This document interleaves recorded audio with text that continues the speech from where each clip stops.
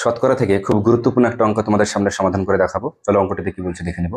বলছে পরীক্ষায় উত্তীর্ণ হওয়ার জন্য সামগ্রিক নম্বরের 40% পাওয়া প্রয়োজন।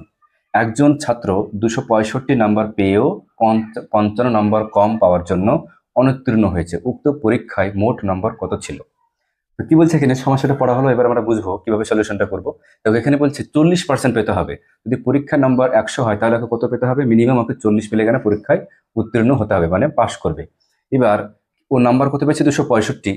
এবং কত নাম্বার পেয়েও পার্সেন্টেজটা পায়নি? যদি 55 নম্বর পেতো তাহলে ওর নাম্বারটা হতো 40%-এর সমতুল্য। এবারে আমরা কিভাবে করব?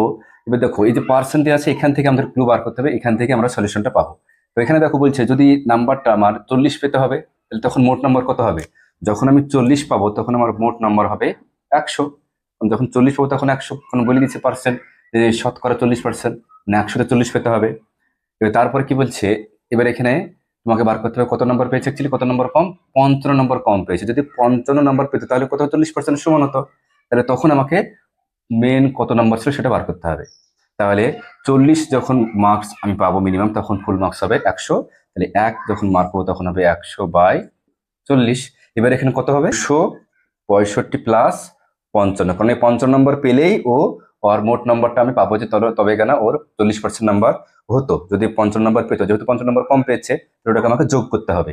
এই হচ্ছে এর ট্রিক্স। তাহলে কত হবে? এটা 10 আর মানে 320 হবে। 300 আর 10 এখানে চলে আসলো 20। 320 যখন হবে তখন এর নাম্বারটা কত হবে? তখন একের সাপেক্ষে বাড়বে।